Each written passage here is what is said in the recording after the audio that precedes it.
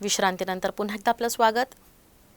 जागृती मशाल मंचतर्फे चंद्रपूर शहरात शनिवारी मध्यरात्री मशाल रॅली आयोजित करण्यात आली।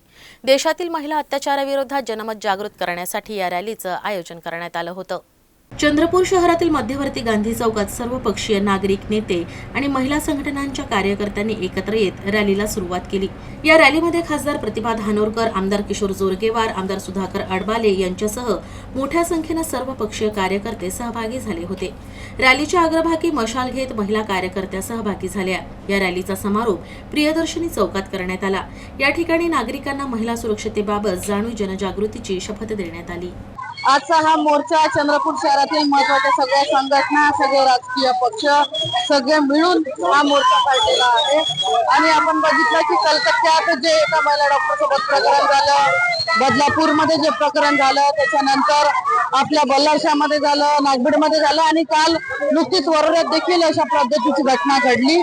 कुठेतरी महिला सुरक्षित नाही अशी भावना महिलांच्या मनात निर्माण झाली, म्हणून आजची ही मशाल रॅली ही महिलांच्या संरक्षणासाठी काढण्यात आलेली आहे।